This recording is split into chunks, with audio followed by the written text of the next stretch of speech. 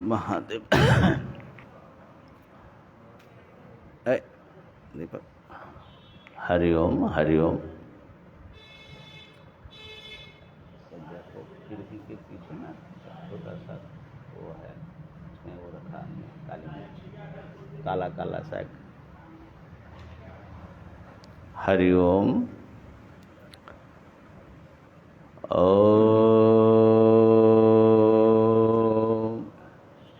ये क्या है? ये भी काली मिर्च है। अच्छा अच्छा, चलो ठीक है। हाँ।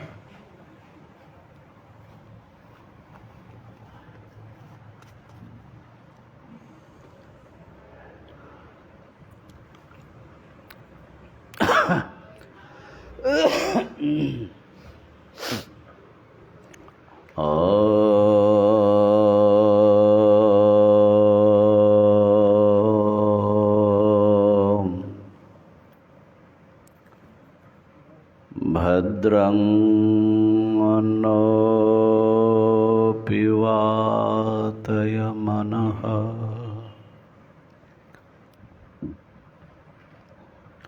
ॐ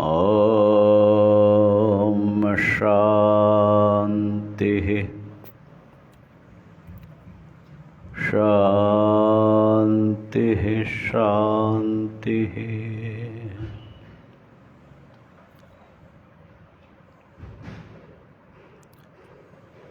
शङ्करं शङ्कराचार्यं केशवं बादरायणं सूत्रभाष्यकृतौ वन्दे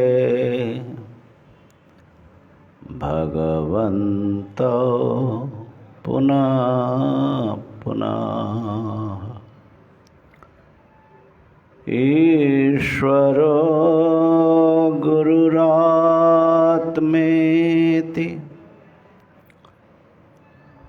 मूर्तिभेदविभागिने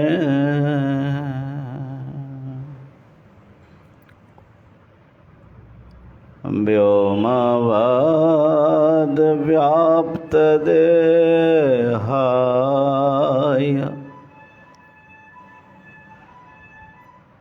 दक्षिणामूर्तये नमः। ॐ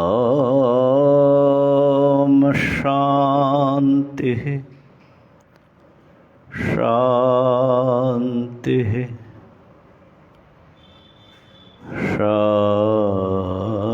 शान्तिः।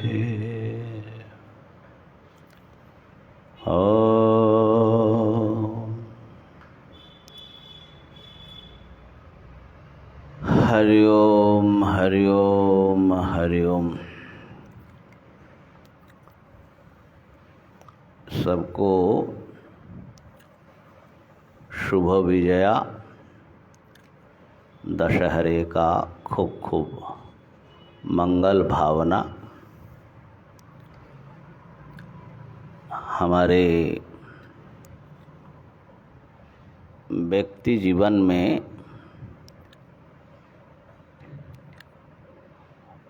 परिवार और समाज जीवन में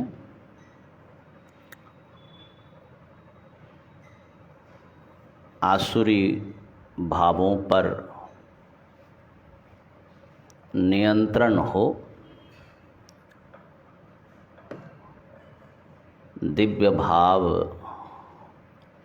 दैवी भाव बढ़े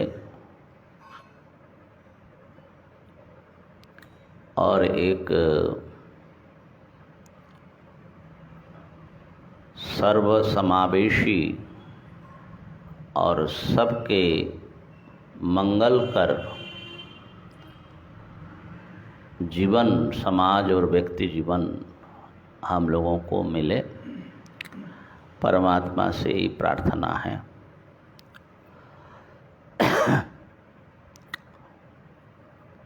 विवेक चूड़ामणि का प्रसंग चल रहा था।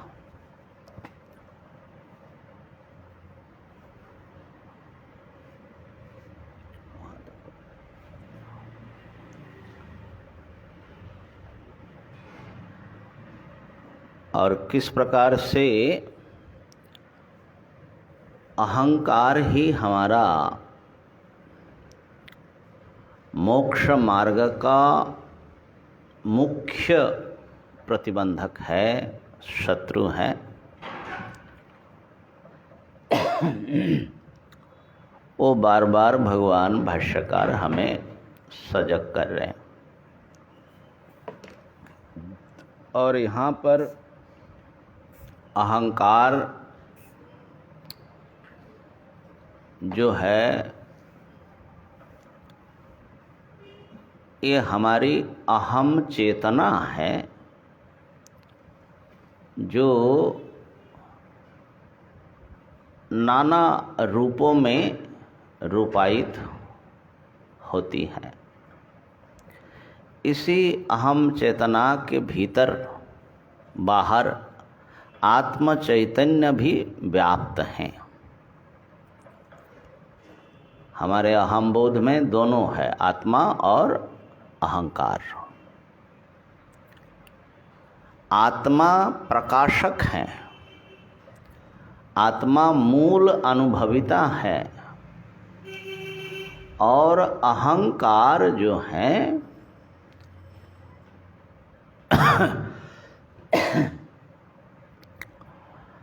आत्मा के द्वारा अनुभूत होता है, अनुभव का विषय बनता है, दृश्य है। फिर भी वो चैतन्य से, चैतन्य के आभास को ग्रहण करके वो दृष्टा जैसा बनता है। ऐसा कह सकते कि एक नकली ज्ञाता, एक असली ज्ञाता। नकली भी शब्द अच्छा नहीं है, व्यावहारिक ज्ञाता और एक पारमार्थिक ज्ञाता। इन दोनों का मिश्रण या अविवेक या अध्यास वेदांत की भाषा में ये हमारे बंधन का मूल है। और इसका विवेक हो जाए, आत्मा अलग और अहंकार को आप अलग कर लो।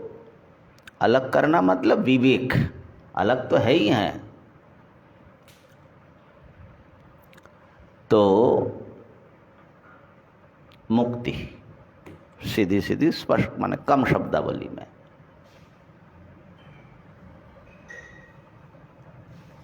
तो इस प्रकार से ये प्रसंग चल रहा है।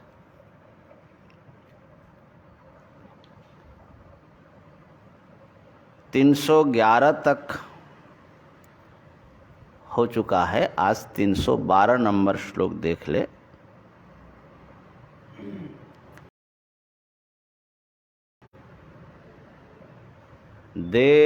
देहात्मना संस्थित एव कामी, देहात्मना संस्थित एव कामी, विलक्षणः कामयिता कथं स्यात्, विलक्षणः कामयिता कथं स्यात्, अतोऽर्थसन्धानपरत्वमेव, अतोऽर्थसन्धानपरत्वमेव, भेदप्रसक्त्या भवबन्धहेतुः, भेदप्रसक्त्या भवबन्धहेतुः,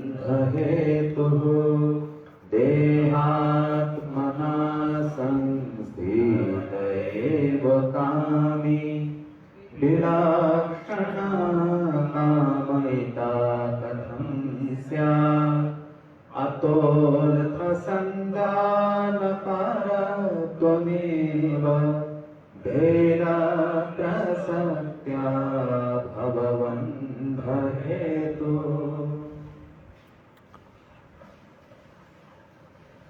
पूर्व श्लोक में बताया कि विषय का अनुचिंतन करने से भोग्य वस्तुओं का चिंतन करने से अहंकार जो है वो क्षीण जंबुरा के वृक्ष में जो सूख गया है उसमें पानी पड़ने से जैसे एकदम हरा भरा हो जाता है, ऐसे अहंकार को अपने विवेक से काटा, उसका जो है मूल पर भी आघात कर दिया। लेकिन यदि विषय चिंता में लग गए थोड़े दिन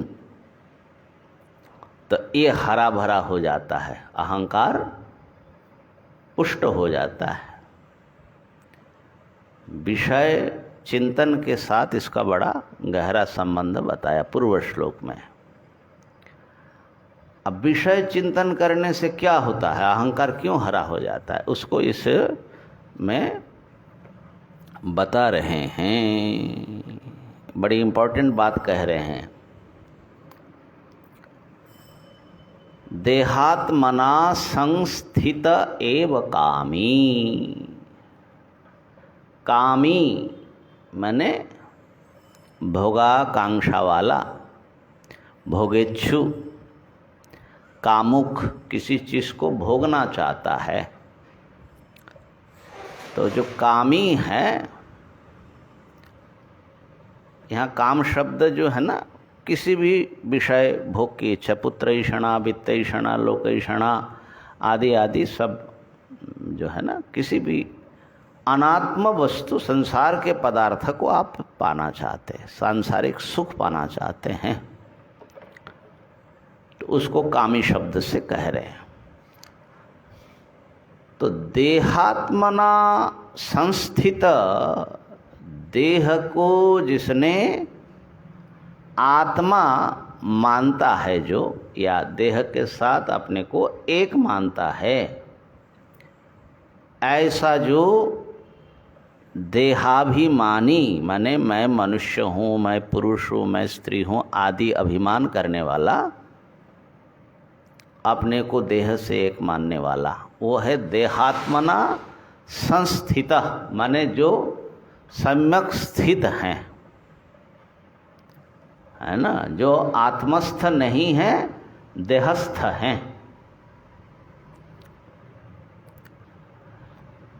एव कामी,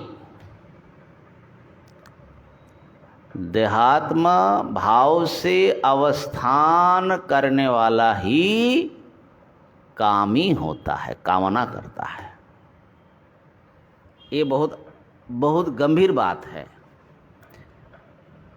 बिना देह को अपना स्वरूप माने व्यक्ति कामना नहीं कर सकता। भोग की कामना की बात हो रही है। बहुत बार ऐसा लगता है कि हमको ये चाहिए वो चाहिए, इच्छाएं हो रही हैं, लेकिन हम देह से अपने को अलग समझते हैं। तो अलग समझते होते तो ये भोग की आकांक्षा आपको नहीं आती। उसके हेतु दे रहे, क्यों? विलक्षणः कामयिता कथं स्यात्। जो देह से अपने को विलक्षण मान रहा है, देह से जो भिन्न है चैतन्य स्वरूप आत्मा, वो कैसे कामयिता माने कामी कैसे हो जाएंगे, किसी चीज की कामना कैसे करेंगे?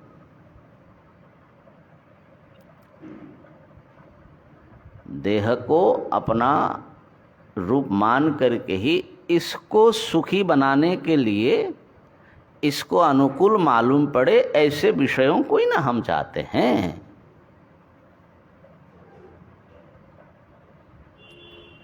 जो देह से आत्मा को अलग जान रहा है, खाली स्थूल देह से आत्मा का विवेक है, इतने से भी वो ये सब जो संसार के सामान्य भोग्य वस्तु हैं उससे वो ऊपर उठ जाता है।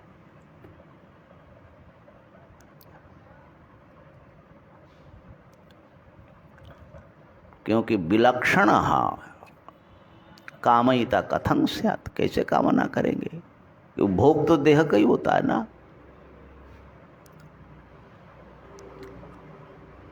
अतः इस हेतु से, दूसरा चरण देखो,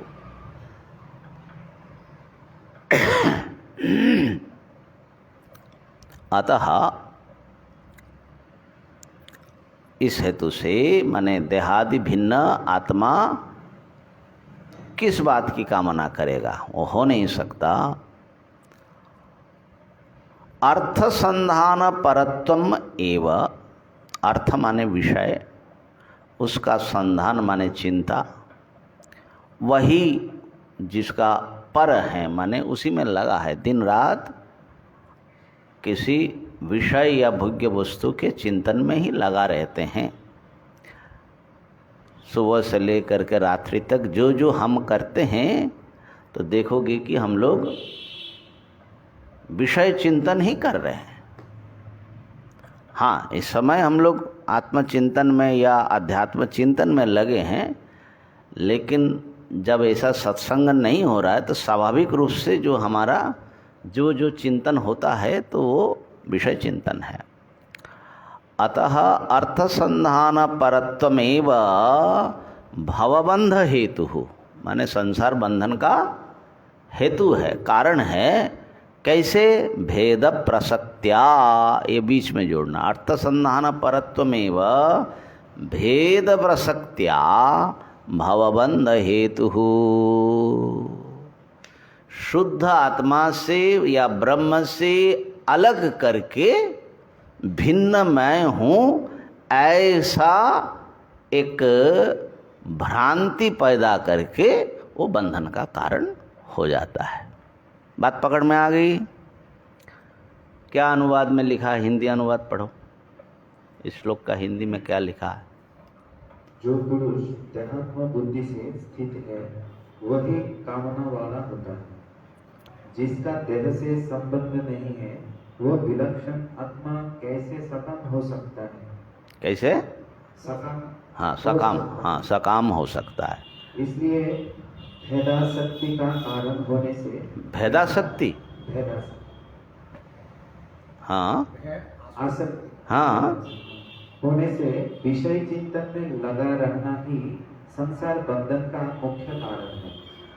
अरे ये अनुवाद तो कैसा कर दिया? भेदासक्ति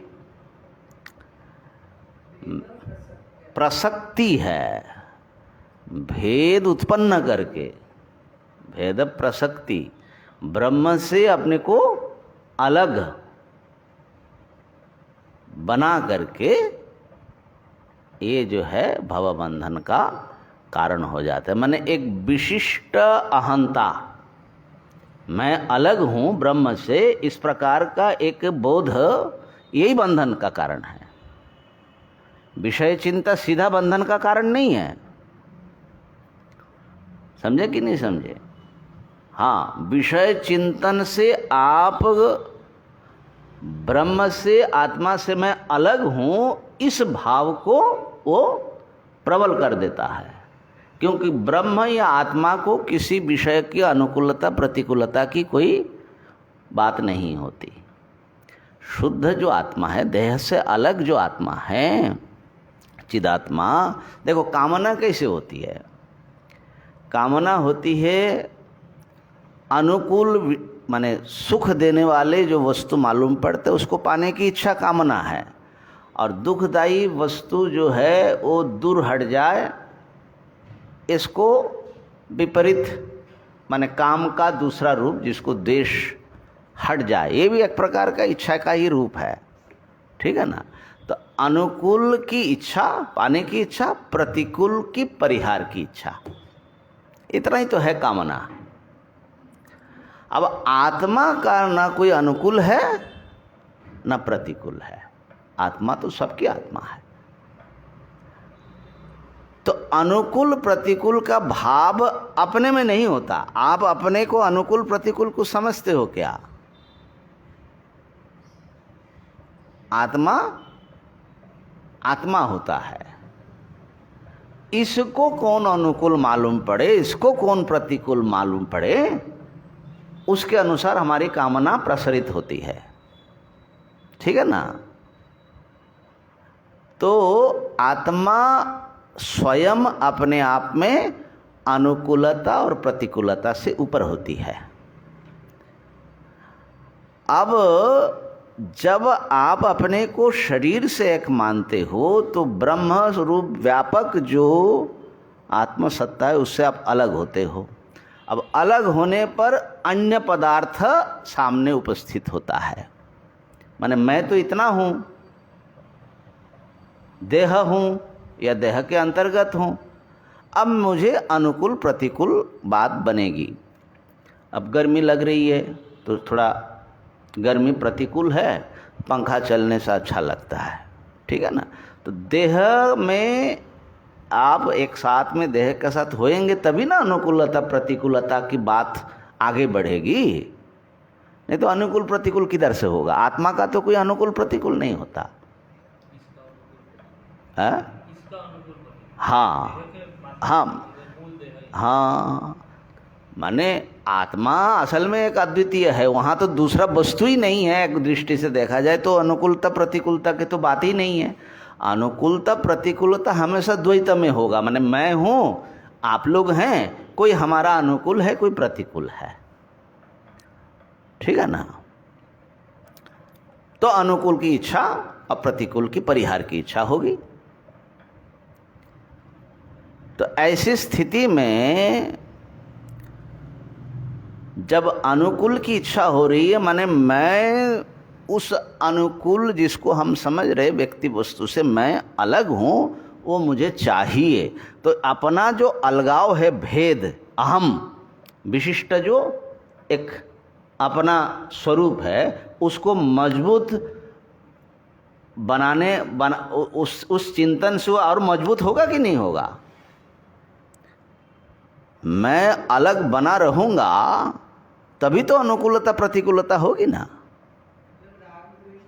हाँ, वही राग द्वेष का ही नाम अनुकूलता प्रतिकूलता है ना। हाँ, यहाँ भेद प्रसक्ति शब्द कहा, माने भेद, वो जो अभेद जो आत्मस्वरूप है वहाँ से आप च्युत हो गए और इस भेद को आपने और मजबूत कर दिया। इस भेद प्रसक्ति ही इसको और मजबूत करता है, इसलिए वो बंधन का कारण बनता है। ये विषय चिंता, अनुकूलता प्रतिकूलता की चिंता, माने काम, ठीक है ना। तो अतः अर्थ संधान परत्वमेव, जितना आप विषय चिंतन करेंगे माने आप इसको मजबूत कर रहे हैं। मैं को मजबूत कर रहे हैं। और असल में मैं को हम लोग थोड़ा मजबूत करना हमको अच्छा भी लगता है। माने मैं अगर सबके साथ एक हूं तो मेरी विशिष्टता क्या है? इसलिए हम लोग विशिष्ट होना चाहते, सामान्य होना नहीं चाहते। और जो विशिष्ट हैं वो अति विशिष्ट होना चाहते हैं, VVIP है ना। और फिर अति विशिष्ट जो है वो और आगे के कुछ और विशेष, उसमें भी कोई माने। तो व्यक्ति का एक स्वाभाविक जो है, इस अहम को वो घनीभूत करना चाहता है, क्योंकि उसको विश्वास है कि इसी में सुख है, इसी में सम्मान है, इसी में आनंद है, इसी में हमको जीवन सार्थक होता है। अब अध्यात्म उल्टी बात करता है, इसलिए खोपड़ी में बैठती भी नहीं है ना। भाई तुम तो सबके साथ में, सब तुम्हारा ही स्वरूप है, सब हमारी अपनी आत्मा है, मुझसे कोई अलग नहीं है, मैं किसी से अलग नहीं हूँ। स्वयं को इतना प्रिय क्यों मालूम पड़ता है? हाँ जैसे हाँ, सुंदर है, नहीं माइक में बोलो, माइक में बोलो प्रश्न। जैसे कोई वस्तु, जैसे मोबाइल, हाँ, ये सुंदर है इसलिए इसको प्रिय लगता है। परंतु स्वयं में ऐसा क्या है जो हर व्यक्ति स्वयं को केवल सबसे ज्यादा प्रिय मानता है?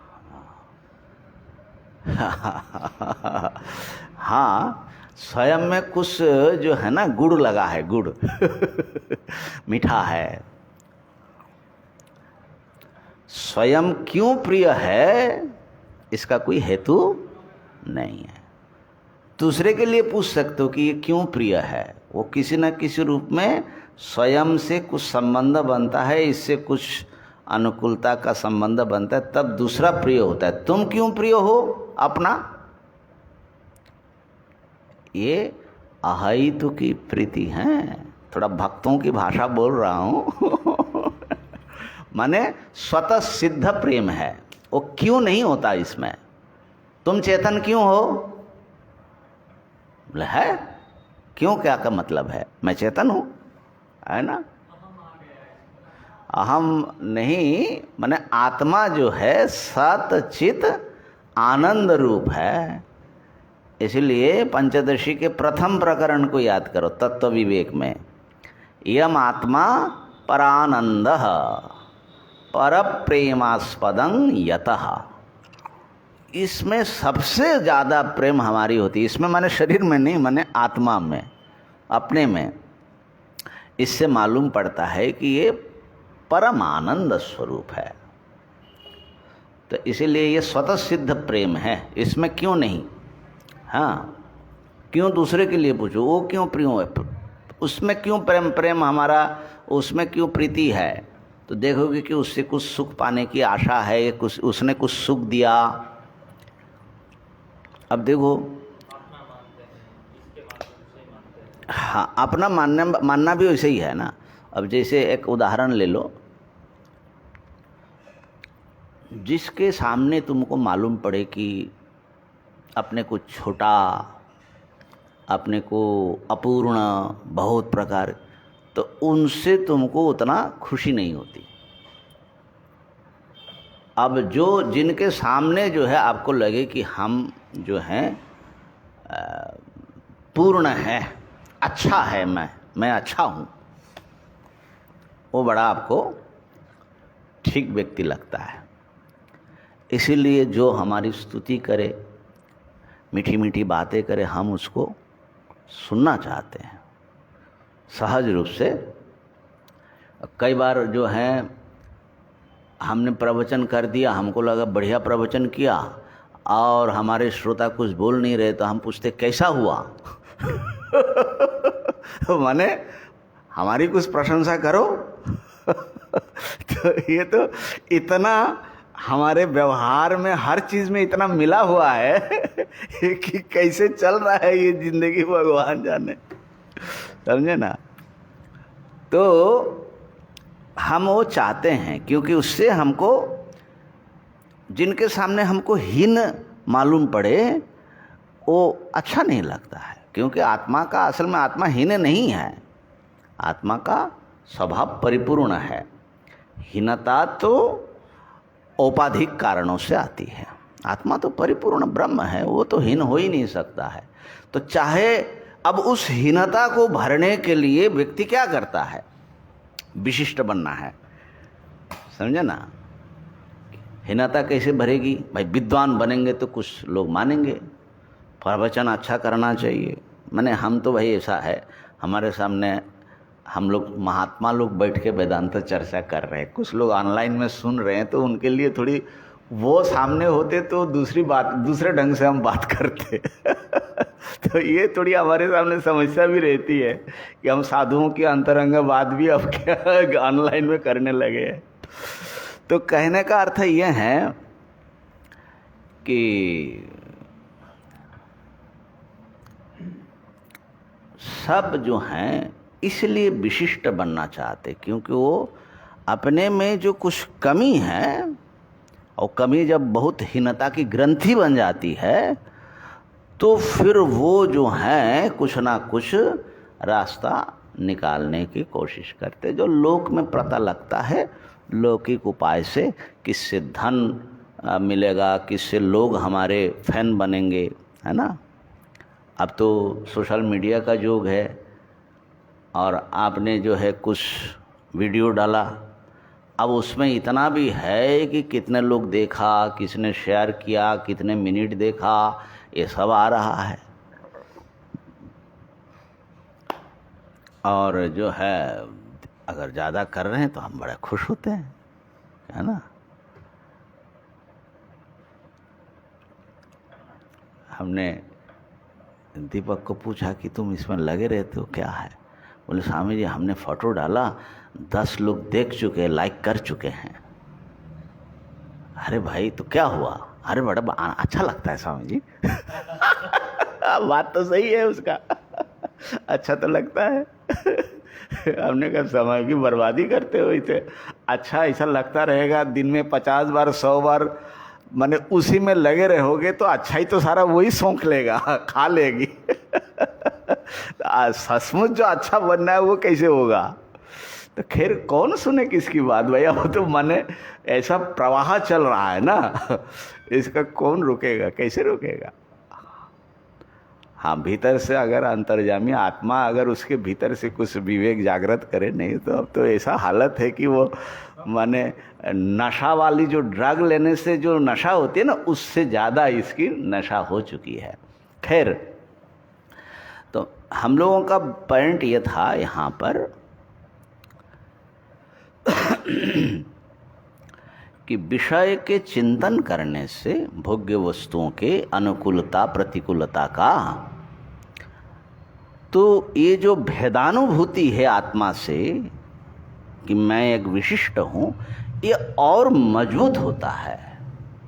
और ये जितना अहंकार, ये असल में अहंकार की मजबूती है, और जितना अहंकार मजबूत होगा उतना ही आप संसार बंधन में फंसे रहेंगे, सुख की तलाश में जिंदगी लगी रहेगी, नाना प्रकार से दुख और उलझनों से घिर जाएंगे। यही माने इसका हकीकत है। और जितना अहंकार आपका निर्मल होगा, जितना अहंकार विगलित होगा, उतना ही आप आत्मसत्ता के, आत्मस्वरूप के निकट पहुंचते जाएंगे। उतना ही भीतर से सुख स्फुरित होगा। भीतरी सुख, असली सुख, परमात्मा का सुख वो मिलेगा। तो ये जो है बने दो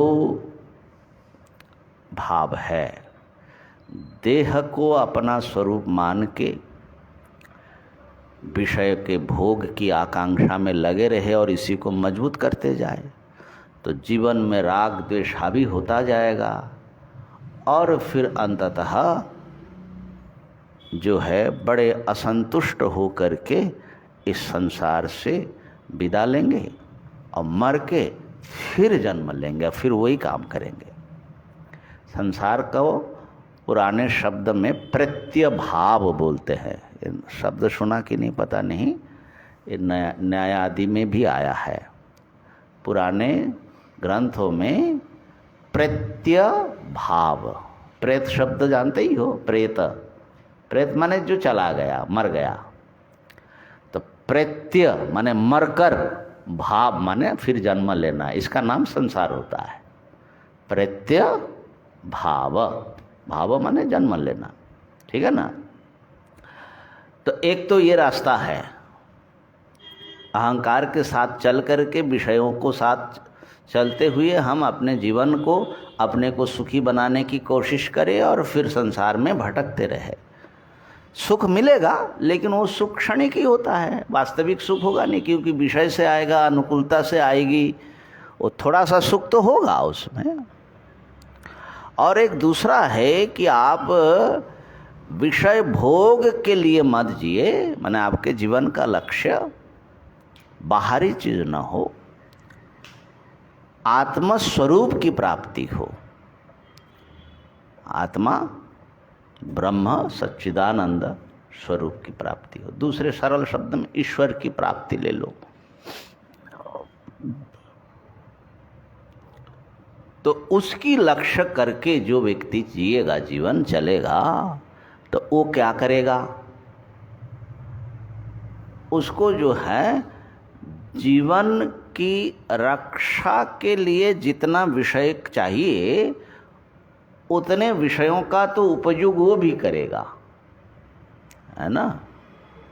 वहाँ जो गीता के 2 अध्याय में ये आया है ना कि राग द्वेष वियुक्तैस्तु विषयान इंद्रियश्चरन् आत्मवश्यैर्विधेयात्मा प्रसादमधिगच्छति। तो राग द्वेष रहित हो करके विषयों में विचरता हुआ इंद्रियों के द्वारा, इंद्रियों पर जिसने अपने वश रखा है, मन को भी अपने नियंत्रण में रखा है विधेयात्मा, वो प्रसन्न हो जाता, मैंने भीतर से उसको सुख उछलता है। तो वहाँ पर पहले पहले ऐसा लगता था कि भगवान तो कह रहे कि विषयान चरण है ना, ऐसा लगता था। भगवान तो कह रहे हाँ राग द्वेष मत रखो, बाकी भोगो। बहुत बड़े बड़े चिंतक भी ऐसी बातें करते ही हैं।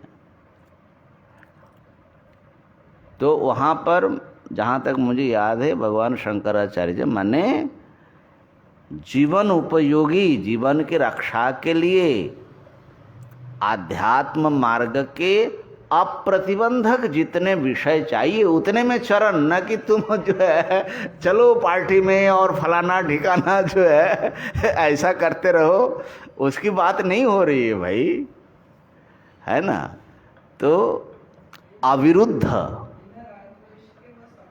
हाँ, लेकिन वो तो माने हम लोग क्या चाहते हैं, हम अपने राग द्वेष या हमारा जो कामना है उसका जो सपोर्ट करे ऐसा चीज़ हम ढूंढते हैं। और शास्त्र से भी, शास्त्र का भी वही अर्थ हम लगा लेते हैं जो हमारे काम को सपोर्ट करे। और काम में जो बाधा दे तो क्रोध होता है, कामात क्रोधो, वो दुश्मन मालूम पड़ता है भाई। नेचुरल है, माने ये किसी का दोष की बात नहीं है, लेकिन अविवेक है। स्वाभाविक होने से ही वो सही होगा ऐसा जरूरी नहीं है। तो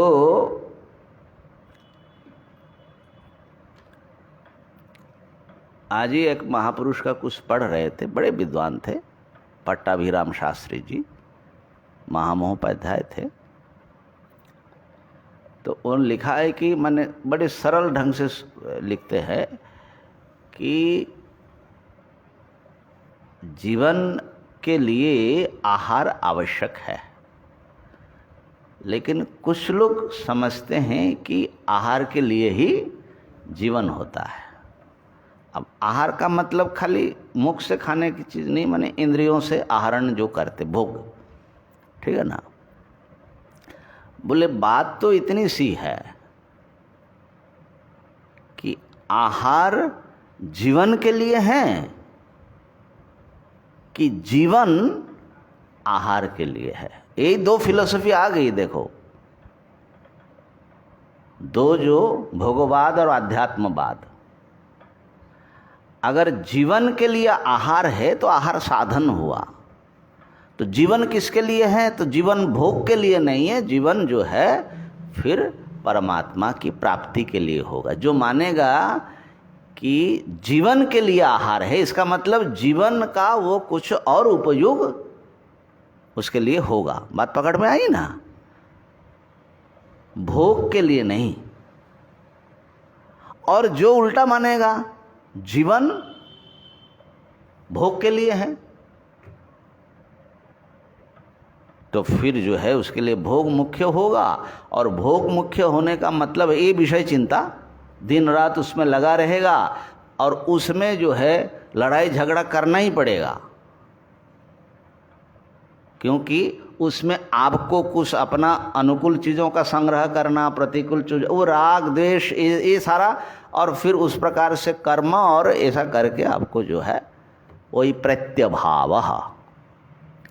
तो ये जो देह के भोग के लिए जो जीवन मानता है, तो वो बंधन में ही पड़ा रहेगा, बल्कि वो धीरे धीरे और मजबूत करता जाता है अपने भेद बुद्धि को, अहंकार को। और जो उल्टा मानेगा तो उसको भी तो भोजन चाहिए, उसको भी न्यूनतम विषय चाहिए, विषय का उपयोग करेगा, लेकिन उसकी दृष्टि किधर रहेगी? जिंदगी किसके लिए जिएगा वो? तो वो बड़ा अंतर्मुख होगा और उसको चूंकि विषयों में जो सुख है वो उसको अट्रैक्ट नहीं कर रहा है, तो कोई भीतरी सुख, अंतर सुख, स्थायी सुख का संधान करेगा तो उस जो है फिर शाम दाम विवेक वैराग्य भक्ति निष्काम कर्म इन सब को अपनाएगा। माने जिंदगी का दो अलग अलग मार्ग ना है, श्रेय मार्ग प्रेय मार्ग। तो इस प्रकार से अपने दृष्टि भीतर क्या है उसके अनुसार विचार होता है, उसके अनुसार भावे वर्ती हैं, उसके अनुसार क्रिया होती है, उसके अनुसार जिंदगी रूप बदलती हैं, वैसी गति होती है। तो ये बात जो है बहुत गहराई से प्रत्येक साधक इस बारे में सजग रहे कि हमारे भीतर चल क्या रहा है, कौन सी दृष्टि, कौन सी फिलॉसफी, जीवन दर्शन हमारे साथ है। सब सामान्य रूप से हम भोगवादी होकर के जन्म लेते हैं, लेकिन जो विवेकवान साधक है, जो सत्संग करता है, जो अध्यात्म के साथ जुड़ा हुआ है, वो इसका परिष्कार कर सकता है। वो ज्ञान से विवेक से अपना मार्ग निर्धारण कर सकता है। तो मुख्य बात ये हुआ कि देहात्मा भाव से जो जीता है वही कामी होता है और वो विषय चिंतन करता है। विषय चिंतन करता हुआ वो देहात्म भाव को मजबूत करता जाता है और संसार बंधन में पड़ा रहता है। इसलिए वो विषय चिंतन से संशोधन करो, भोग तुम्हारा लक्ष्य नहीं है। और अहंकार को माने भेद बुद्धि को, अपने में जो भेद भावना है उसको काटते रहो। उसको जो है कैसे काटना है उसकी चर्चा हुई है, क्योंकि अहंकार जो है ये अहम बोध परिच्छिन्न बोध सुषुप्ति में गायब हो जाता है, फिर उठ करके आता है। तो उनका गायब होना और आना ये सब देखने वाला आत्मा होती है, माने अनुभव जो करता है। तो असली अनुभविता ये अहम नहीं है। ये जो चीज़ है, हमने कहा भी है एक दो दिन कि आत्मा अहंकार को लिपट करके वो जीव बन करके दुखी हो रहा है। तो आत्मा जो है अपने को अहंकार के इस फांस से अलग करे। आप केवल अहंकार नहीं है, अहंकार युक्त आत्मा है। और अहंकार का अर्थ जो है अहम अति सूक्ष्म होते होते अज्ञान भी एक प्रकार से अहम है ना। तो हमें जो है इस विषय पर जो जितना सावधान रह करके अपना अंतर्मुख भाव से इस ग्रंथि को, इसी को चिज्जड़ ग्रंथि बोलते हैं। आत्मा और अहंकार एक मालूम पड़ना, इसी ये अध्यास है ना, सारे संसार दुख का कारण है। इसको जो है काटने लग जाएं। कैसे, किस विद्या से काटेगी? आत्मैकत्व विद्या प्रतिपत्ति। जब आत्मा एक अद्वितीय आत्मा का इस अहंकार से अलग करके आप जान लोगे तो उस दिन ये समाप्त हो जाए। तो इस प्रकार से ये भवबंध हेतु, भवबंधन का कारण बनता है विषय चिंता। अब इसमें किस ढंग से हम विषय चिंतन, भोग वासना, अहंकार, ये इसके चक्र में हम कैसे फंसते हैं, इसका बड़ा सुंदर विश्लेषण अगले श्लोकों में, कुछ श्लोकों में भगवान भाष्यकार कह रहे हैं। अच्छा, भेद प्रसक्ति जो है वहाँ पर भेदासक्ति अनुवाद किया ना, वो गलत किया। भेद के साथ आसक्ति। हाँ, आसक्ति, यहाँ आसक्ति शब्द नहीं है, प्रसक्ति है। प्रसक्ति माने प्राप्ति। हाँ, माने भेद बुद्धि की उत्पत्ति, भेद ज्ञान के उत्पादन के द्वारा बंधन का कारण होता है। भेद के साथ जो संलग्न रहता है, भेद प्रसक्ति, भेद जो है प्रसक्त होगा। देखना ये हमारे शास्त्र में कि इसकी प्रसक्ति हो जाएगी, माने तुम ऐसा करोगे तो इस दोष की प्रसक्ति होगी। तो दोष की प्रसक्ति माने क्या है? नहीं, इस दोष की प्राप्ति माने तर्क दोष की बात हो रही है। इस दोष की प्रसक्ति होगी, अनर्थ की प्रसक्ति होगी। तो प्रसक्ति यहाँ प्राप्ति अर्थ में, ठीक है ना। प्रसक्ता नाम इसका शब्द अर्थ दिया है डिक्शनरी में। जो लोग संलग्न है, नहीं, वो दूसरा है, वो आसक्ति अर्थ में है। भोगेश्वरी जब प्रसक्ता नाम, प्रसक्त होना और प्रसक्ति, प्रसक्ति शब्द जब व्यवहार होता है तो प्रायः प्राप्ति अर्थ में होता है। माने देखो, व्युत्पत्ति अगर देखोगे प्र उपसर्ग है, शक्ति माने आसक्ति, तो अच्छी तरह आसक्त होना।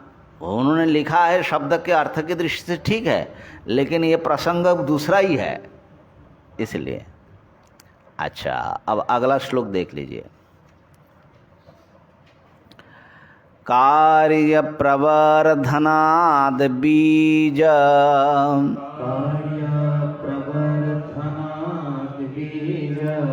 प्रवृद्धिः परिदृश्यते। कार्यनाशाद बीजनाशः,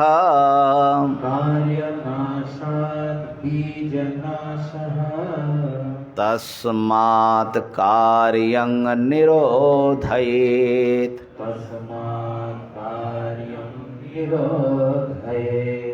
कार्य प्रवर्धनात् बीज प्रवृद्धिः परिदृश्यते। कार्यनाशात् बीजनाशः, तस्मात् कार्यं निरोधयेत्। हाँ,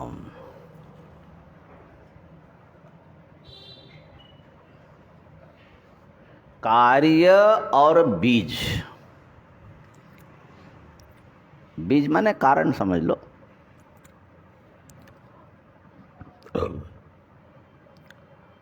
तो कार्य और बीज में एक विशेष संबंध देखा जाता है। माने कार्य कारण का तो संबंध रहता ही है, लेकिन दूसरे ढंग से एक चीज और देखिए। कार्य अगर वृद्धि हो जाएगी, कार्य की पुष्ट हो जाएगा, तो बीज भी बढ़ेगा बोलते हैं। माने श्लोकार्थ पहले देख लो। कार्य प्रवर्धनाद, कार्य का प्रवर्धन होने से, कार्य अधिक बढ़ जाने से बीज प्रवृद्धि ही परिदृश्यते, बीज की प्रवृद्धि दिखाई पड़ती है। कार्यनाश होने से कार्य खत्म कर दो, बीजनाशः, बीज नष्ट हो जाता है। तस्मात् कार्यम निरोधयेत्, इसलिए कार्य को निरुद्ध करो, नष्ट करो। हम लोग सोचते उल्टा, हम सोचते हैं कि भाई बीज खत्म होगा तभी कार्य खत्म होगा, ठीक है ना। बीज खत्म करना चाहिए तब कार्य खत्म होगा। लेकिन भगवान भाष्यकार कह रहे हैं कि नहीं, बीज अगर पहले खत्म करना संभव होता तो कोई बात ही नहीं थी। इसको उदाहरण ले लो, एक बीज आपने बोया, उससे अंकुर निकला, बढ़ा, बढ़ते बढ़ते बड़ा वृक्ष बन गया। अब कितने बीज होंगे उसमें? एक बीज, मेरे ख्याल से वृक्ष का कारण तो एक ही बीज होता है। वो बीज जो हैं, जब वृक्ष बनता है तो कितने बीज आते हैं? कई लाख होंगे। पूरी जिंदगी भर वो कितने बीज, कितना फल पैदा करता है। एक एक सीजन में कोई एक एक वृक्ष, सामान्य वृक्ष ले लो, 10-20 हजार बीज जो है ऐसे ही पड़ा रहता है। तो कार्य बढ़ जाने से बीज बढ़ा कि नहीं बढ़ा? तो इतने बीज बढ़ जाएगा, इसके लिए क्या करना चाहिए? वो अंकुर उत्पत्ति होते ही अगर काट दिया जाए तो बढ़िया है, नहीं कर सकते तो वृक्ष बन गया तो उसको काटो। तो इसलिए अगर तुमको बीज नाश करना है तो कार्य को पहले, तस्मात् कार्यम निरोधयेत्, ये तो दृष्टांत हो गया, ये बात बैठ गई ना। अब उसको जो है हमारे आध्यात्मिक जीवन में हमको बीज कौन है, कार्य क्या है, वो बता रहे हैं। 314 नंबर श्लोक देखो। वासना वृद्धितः कार्यम, वासना वृद्धितः कार्यम, कार्यवृद्ध्या च वासना, कार्यवृद्ध्या च वासना, वर्धते सर्वथा पुंसः, वर्धते सर्वथा पुंसः, संसारो न निवर्तते। संसारो न निवर्तते।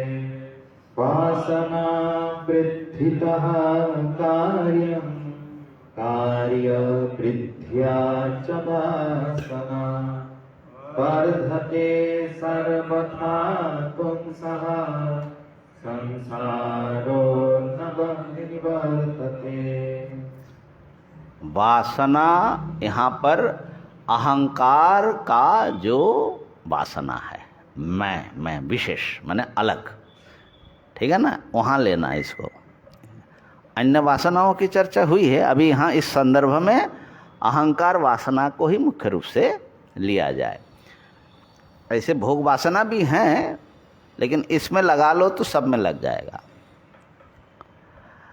वासना वृद्धितः, अहंकार की वासना बढ़ेगा तो क्या करेगा? उसके कार्य बढ़ेगा। कार्य क्या है?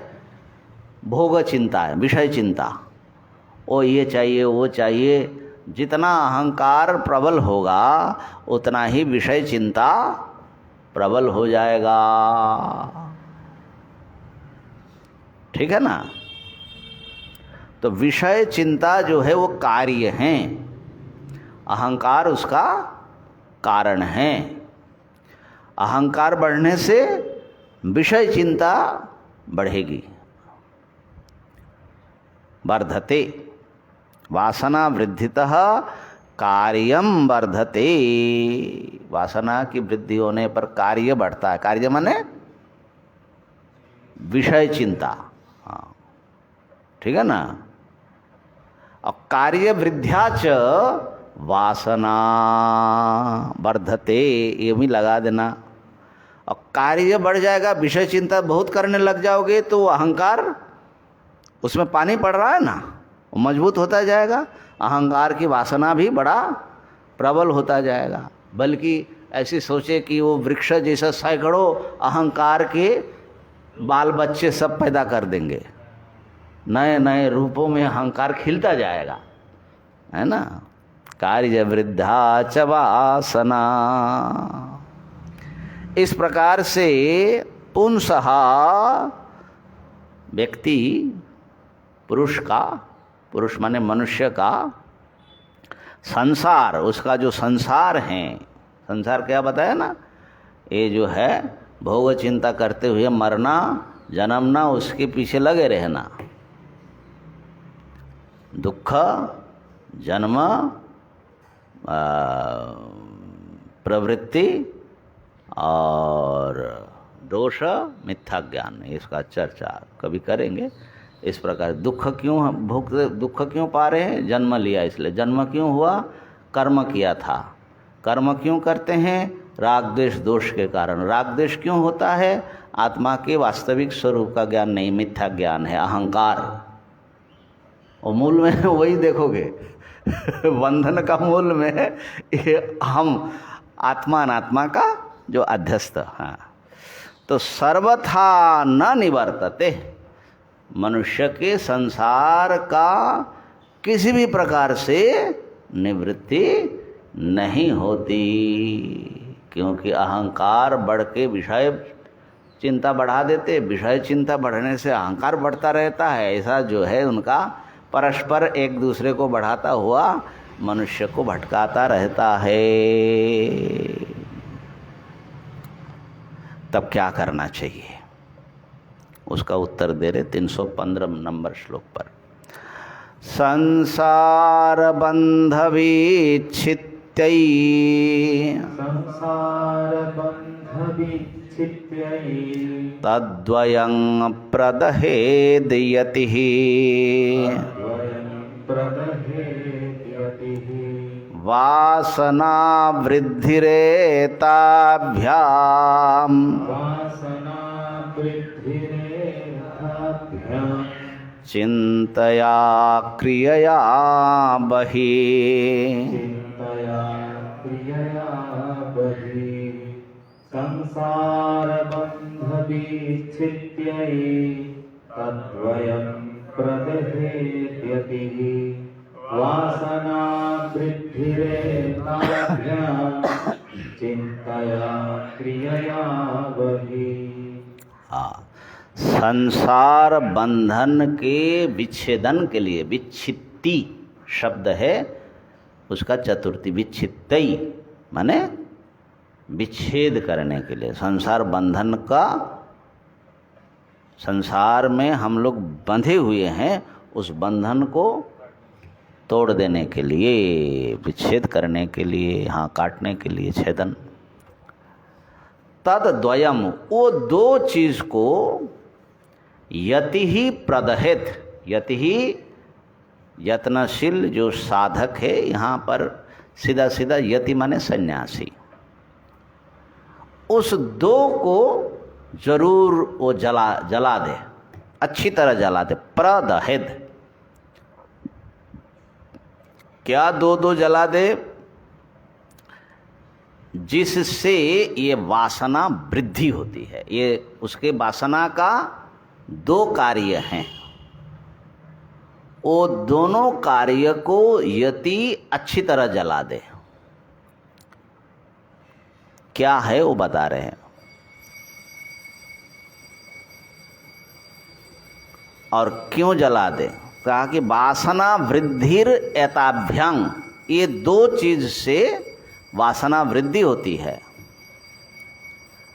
चिंतया, चिंता के द्वारा, विषय चिंता के द्वारा, और बहिः क्रियया, और बाहर के क्रिया के द्वारा। यहाँ पर विषय चिंता करने से मात्र से आपको चिंता कर लिया, इतने में आपका काम पूरा नहीं होगा। एक्शन में आपको लाना पड़ेगा, समझे ना। बाह्य जो कर्म है, जैसे मान लो कि किसी विषय भोगने की तुमको इच्छा हो रही है, तो चिंता कर रहे हो कि ये कैसे मिले, फिर प्रयास शुरू होगा कि नहीं? तो बाहरी क्रिया होगा कि नहीं? विषय चिंता जो है क्रिया में जाएगा ही जाएगा, है ना। तो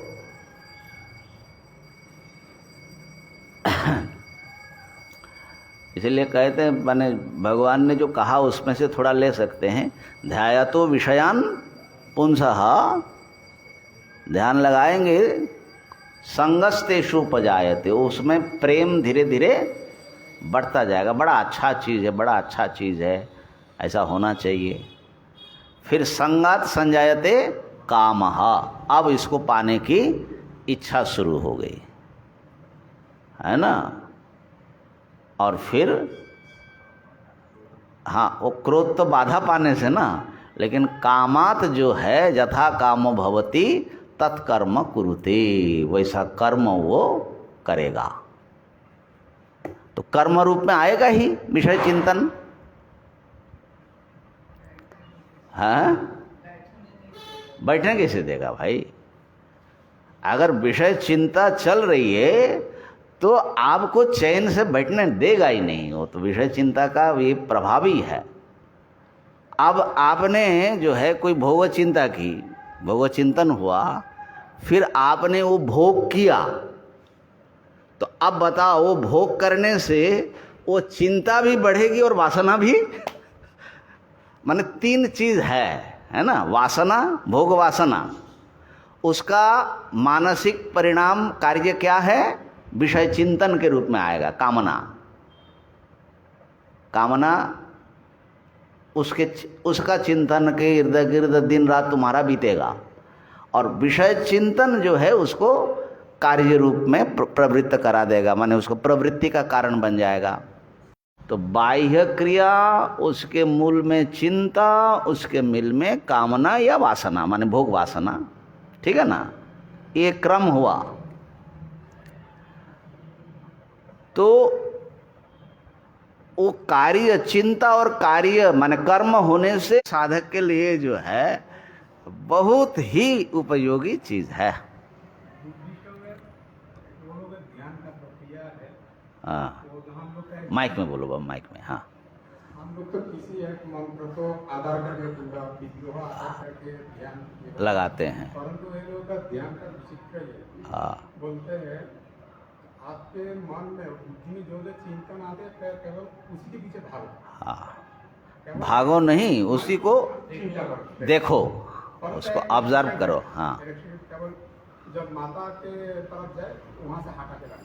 अच्छा, बुद्धि उसी तरफ नहीं। अच्छा, उसके तरफ नहीं ले जाना। अच्छा, ये भी है। चलो, ये विपश्यना करके आए ना, इसलिए इनको ज्यादा मालूम है। तो उसमें और रिस्ट्रिक्शन के बाकी तो जिधर जिधर जाएंगे उधर उधर चिंता करते रहे। अच्छा, तो बोलते हैं ऐसे धीरे धीरे जाते जाते एक जगह में वो चुप हो जाएगा।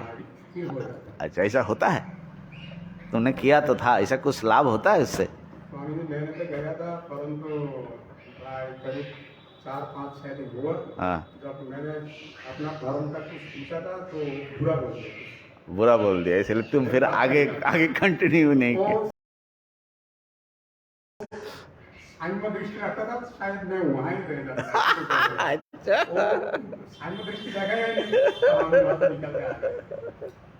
चलो, अच्छा हुआ तुम हम लोगों के पास आ गए ना। मंत्रों को वो लोग नहीं मानते। तो ये ठीक, ठीक है। 316 नंबर देख लो। ताभ्याम प्रवर्धमाना सा,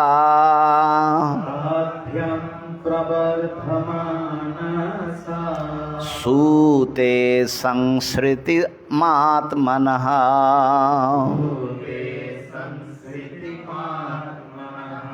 त्रयाणांच क्षयोपायः,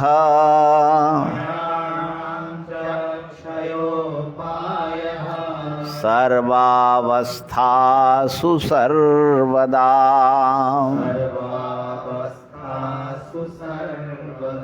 सर्वत्र सर्वतः सर्वं,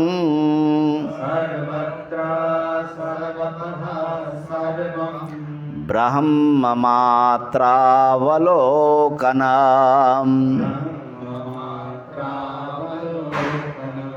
सद्भाववासनादाढ्यात्,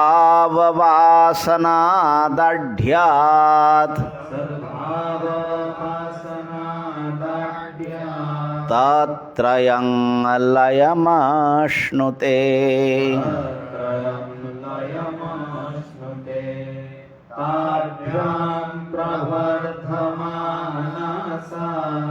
सूते संसृतिमात्मनः,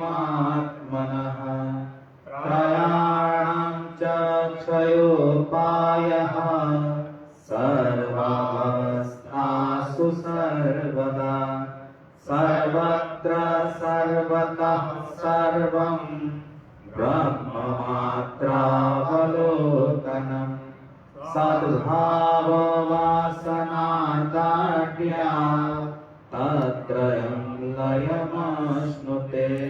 ये दोनों श्लोक एक साथ दिया आपने ना? एक साथ ही दिया ना? हाँ, माने ये अन्वय जो है एक साथ होता है ना। हाँ, तो ताभ्याम, ताभ्याम माने उस दो के द्वारा। कौन दो के द्वारा? चिंता और क्रिया, ठीक है ना? विषय चिंता और बाह्य क्रिया, इन दोनों के द्वारा प्रवर्धमाना सा माने वासना। कौन सी वासना? मुख्य रूप से अहंकार वासना, और उसी के साथ में उसके भोग वासना भी जुड़ा ही हुआ है, तो अहंकार वासना ही है, उसी की चर्चा मुख्य रूप से यहाँ है। सा प्रवर्धमाना, वो अहंकार वासना बढ़ती रहेगी, बढ़ जाएगी, और बढ़ करके वो आत्मनः संसृतिम सूते, सूते माने प्रसूत, प्रसव करती हैं। आत्मा के लिए संसार को माने बार बार जन्म लेना, देह धारण करना और इसमें फंसना, इस संसार का प्रसव करती रहती हैं अहंकार वासना। वो विषय चिंता और क्रिया से बढ़ करके ऐसा करती है। ऐसे देखो तो बीज अगर पड़ा रहे कहीं, पोटेंशियली है उसमें, लेकिन उससे आपको ज़्यादा कोई परेशानी सीधे सीधे नहीं है। लेकिन बीज अगर आपने बो दिया और पानी भी थोड़ा मिल गया तो अंकुर होगा, फेंकड़ा निकलेगा और फिर वो बढ़ जाएगा। तो अहंकार वासना, तो ऐसे तो अहंकार वासना प्रबल ही है, लेकिन मान लो जो साधक हैं अहंकार वासना को क्षीण किया, ठीक है, अब क्षीण किया, पूरा गया नहीं, तो बहुत ज़्यादा अनर्थ नहीं होगा उसका। अगर वो विषय ध्यान और बाह्य भोगमय प्रवृत्ति में वो न लगे, तो वो मन अंतर्मुख होकर के उसको और क्षीण करता रहेगा। लेकिन समस्या ये होती है कि विषय चिंतन और फिर क्रिया, ये दोनों मिल करके इस अहंकार वासना को बहुत बढ़ा देते हैं, और वासना बढ़ करके आत्मा के लिए जन्म मृत्यु, बार बार शरीर ग्रहण करना आदि प्रसव कर देती हैं ये वासना। इसलिए त्रयाणाम च क्षयोपायः, इन तीनों के क्षय का उपाय क्या है? सुनो। चिंता, क्रिया और संसार वासना। वासना, संसार वासना नहीं, अहंकार वासना, ठीक से ध्यान लगाओ। अहंकार वासना, हाँ, माने अहंकार, विषय चिंता और बाह्य क्रिया, इन तीनों का क्षय कैसे होगा? तो कहा कि तीनों का क्षय होगा ब्रह्म मात्रावलोकनम, ब्रह्म मात्र का अवलोकन करना। कहाँ? कहा कि सर्वावस्थासु सर्वदा सर्वत्र सर्वतः सर्वम ब्रह्म मात्रावलोकनम। क्या शब्दावली है! सब अवस्थाओं में ब्रह्म का चिंतन करना है, सर्वदा सब काल में ब्रह्म का चिंतन करना है, सर्वत्र सब देश में सब जगह या सब वस्तु में ब्रह्म का चिंतन कर, सर्वतः सब प्रकार से, किसी भी प्रकार माने वो भिन्न भिन्न भेद आए नहीं, और सर्वम माने सब पदार्थ, सर्वावस्था, सर्वकाल, सर्वदेश, सब प्रकार और सब वस्तु ब्रह्म ही ब्रह्म है। बस ब्रह्म से अतिरिक्त और कोई, आप जो देख रहे हैं, सुन रहे हैं, अनुभव कर रहे हैं, ब्रह्म ही खाली भिन्न भिन्न प्रातिभाषिक नाम रूप लेकर के अलग मालूम पड़ रहा है, रस ही सर्व मालूम पड़ रहा है, ठीक है ना? तो ब्रह्म दर्शन का सर्वत्र अभ्यास करेंगे तो ये तीनों खत्म हो जाएगा। इससे जो है सद्भाव वासना दाढ़ हो जाएगा। सत माने वही ब्रह्म ही सत है, सद्भाव की वासना बढ़ जाएगी, ब्रह्म वासना, उससे जो है ये तीनों महाराज लय हो जाएगा। इसकी चर्चा कल विशेष रूप से करेंगे। ओम पूर्णमदः पूर्णमिदं पूर्णात् पूर्णमुदच्यते पूर्णस्य पूर्णमादाय पूर्णमेवावशिष्यते। ओम।